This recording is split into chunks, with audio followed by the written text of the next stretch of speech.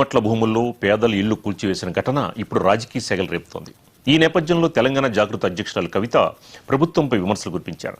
భూదాన భూములపై పేదలకే హక్కు ఉంటుందని, ముగ్గురు మంత్రులు ఉన్న తమ స్వార్థం కోసం అధికారులతో కలిసి పేదల గూడు చెడగొట్టారని ఆమె మండిపడ్డారు. విద్యార్థులు పరీక్షలు రాసే సమయంలో ఇలాంటి అమానుష చర్యలకి పాల్పడడం దారుణమని ధ్వజమెత్తారు. ఇల్లు కూల్చివేసి ఇప్పుడు మళ్లీ ఇందిరమ్మ ఇల్లు ఇస్తామండం హాస్యాస్పదం అంటున్న కవితతో మా senior correspondent Ram Naresh face to face. Khammam జిల్లా వెలుగుమట్ల బాధితులకు న్యాయం చేయాలంటూ కూడా తెలంగాణ జాగృతి అధ్యక్షురాలు నిన్న నుంచి కూడా అక్కడ ఖమ్మంలో ఆందోళన చేశారు. ఈ నేపథ్యంలో ఈ రోజు తెల్లవారుజామున ఖమ్మంలో అరెస్ట్ చేసి హైదరాబాద్ కార్యాలయం తీసుకొచ్చారు. అయితే తాను చేపట్టిన నిరవధిక నిరాహార దీక్ష ఏదైతే ఉందో దాన్ని కొనసాగిస్తూ కూడా ఇప్పుడు తెలంగాణ జాగృతి కార్యాలయంలో కూడా ఆమె ఆ దీక్షను కొనసాగిస్తున్న పరిస్థితి ఉంది. ఏదైతే వెలుగుమట్ల బాధితులు ఉన్నారో వాళ్ళకు కూలగొట్టిన ప్రాంతంలోనే ఇల్లు మళ్ళీ తిరిగి కట్టియాలంటూ కూడా నిరవధిక నిరాహార దీక్ష చేస్తున్నారు. ఏదైతే ప్రభుత్వం అనాలోచిత చర్యతో ఇళ్లని కూలగొట్టారు, అక్కడ పేదవాళ్ళ ఇళ్లను కూలగొట్టారు కాబట్టి ముగ్గురు మంత్రులు ఉండి కూడా ఇళ్లను కూలగొడుతుంటే ఏం చేస్తున్నారంటూ కూడా కవిత ప్రశ్నిస్తున్నారు. ఇదే అంశానికి సంబంధించి నిరవధిక నిరాహార దీక్ష కవిత గారు మనతో పాటు ఉన్నారు. మేడం చెప్పండి, నిరవధిక నిరాహార దీక్ష అనేది ఎంతవరకు జరిగే అవకాశం?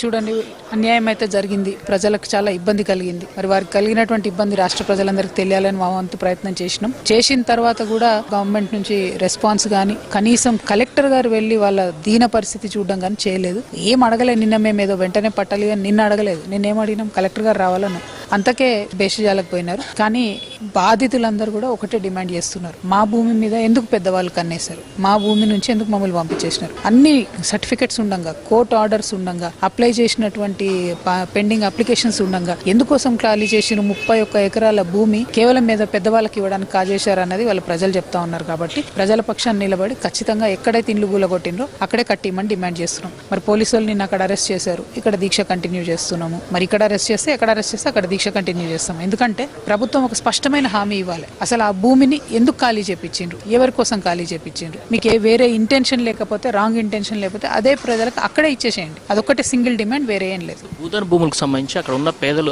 ఆల్రెడీ కోర్టుకు వెళ్లారు, స్టే కూడా వచ్చినాయి. అయినప్పటికీ కూడా అధికారులు అత్యుత్సాహంతో కూల్చిన పరిస్థితి ఉంది. 58 జీవోలో అప్లికేషన్ పెట్టుకున్నారు. ఎట్లా చూసినా అసలు ప్రభుత్వానికి హక్కే లేదు, ఆ భూమి మీద వాళ్ళ ప్రభుత్వం వెళ్ళడానికి హక్కే లేదు. అయినా సరే కలెక్టర్ వితౌట్ నోటీస్ అర్ధరాత్రి పూట వెళ్ళి టెర్రరైజ్ చేసి పిల్లల ఎగ్జామ్స్ ఉన్నా కూడా పట్టించుకోకుండా మొత్తం నేలమట్టం చేసినారు. అమానుషంగా అనమాట. అంటే వీళ్ళు మన ప్రజలు కాదేమో అని అనిపించేంత అమానుషంగా, దరిద్రంగా చేసినారు. సో అందుకని ఖచ్చితంగా ప్రభుత్వం దిగి రావాలి. ముఖ్యమంత్రి గారు ఈ విషయంలో చొరవ చూపించాలి. అక్కడ ముగ్గురు మంత్రులు ఉండి కూడా ముగ్గురు కుమ్మక్క అయిపోయారు. ఆ 30 ఎకరాలు కాజేయాలనేటటువంటి ఆలోచనతోని పేదవాళ్ళని బయటకేశారు. కాబట్టి ముఖ్యమంత్రి గారు ఇన్వాల్వ్ కావాలి. తక్షణమే ఆ ప్రాపర్టీస్ పేదవాళ్ళకి ఇవ్వాలి. భూములు కోల్పోయారు ఆ పేదలందరూ కూడా ప్రభుత్వం ఇందిరమ్మ ఇల్లు కట్టించి ఇస్తా అని చెప్పేసి అంటుంది. దీన్ని విధంగా చూడండి. ఎందుకు ఇస్తారు? ఇప్పుడు పొంగులేరు శ్రీనివాస్ రెడ్డి గారు ఇల్లు లాక్కొని ఆయనకి ఇందిరమ్మ ఇల్లు ఇస్తా అంటూ ఊరుకుంటాడు? అట్లా కాదు కదా. పెద్దదో చిన్నదో మంచిదో వాళ్ళకు ఒక ఇల్లు ఉండే, వాళ్ళు కట్టుకున్నారు, వాళ్ళకు సర్టిఫికేట్ ఉండే, ల్యాండ్ సర్టిఫికేట్. వారి భూమిని ఇవాళ విలువ పెరిగింది, రేటు పెరిగిందని చెప్పి ఆ పేదవాళ్ళని అడికెళ్ళి తీసేయడం తప్పితే ఏమీ లేదు దాంట్లో. ఓన్లీ లిటరలీ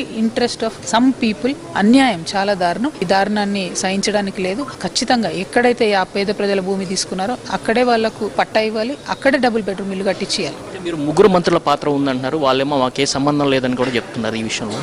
అంటే యాక్చువల్లీ అక్కడ 62 ఎకరాల భూమి అండి మొత్తం. అంటే పాత పహానీ రికార్డులు అన్ని చూస్తే, లేకపోతే ఆ దానం ఇచ్చినటువంటి దాత కుటుంబం వాళ్ళు కూడా అదే చెప్తున్నారు, మాకు పాత భూమి ఇది 62 ఎకరాలు దానం ఇచ్చామని. మంత్రులు డిఫరెంట్ గా చెప్తున్నారు. సరే బీఆర్ఎస్ హయాంలోనే మారిందని కొంతమంది అంటున్నారు, ఇప్పుడు మారిందని కొంతమంది అంటారు. ఏది ఏమైనా ఒక జ్యుడిషియల్ ఎంక్వైరీ చేస్తే తప్పితే అసలు ఈ విషయం ఏందన్నా స్పష్టంగా బయటికి రాదు. మేము ఇవాళ అందుకే రాహుల్ గాంధీ గారికి కూడా, ఏదైతే రాహుల్ గాంధీ గారు రాజ్యాంగం పట్టుకొని తిరుగుతూ ఉంటారో ఆ రాజ్యాంగ స్ఫూర్తిని మీరు ఫాలో అవ్వండి. పేదవాళ్ళని తీసేస్తున్నారు మీరు వాళ్ళ ఇంట్లోంచి, అది కరెక్ట్ కాదు అని రాహుల్ గాంధీ గారు కూడా మేము లెటర్ రాస్తున్నాం. రాహుల్ గాంధీ గారు ఫేర్ అయితే ఖచ్చితంగా ఇండిపెండెంట్ ఎంక్వైరీ చేయాలని చెప్పి డిమాండ్ చేస్తాం.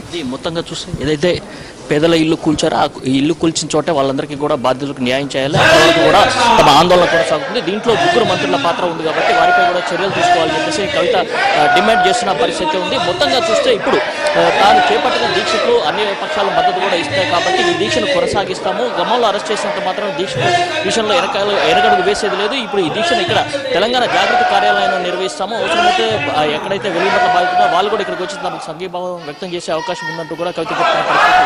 కెమెరామెన్ శ్రీకాంత్, రామ్ నరేష్, మహా న్యూస్, తెలంగాణ జాగృతి.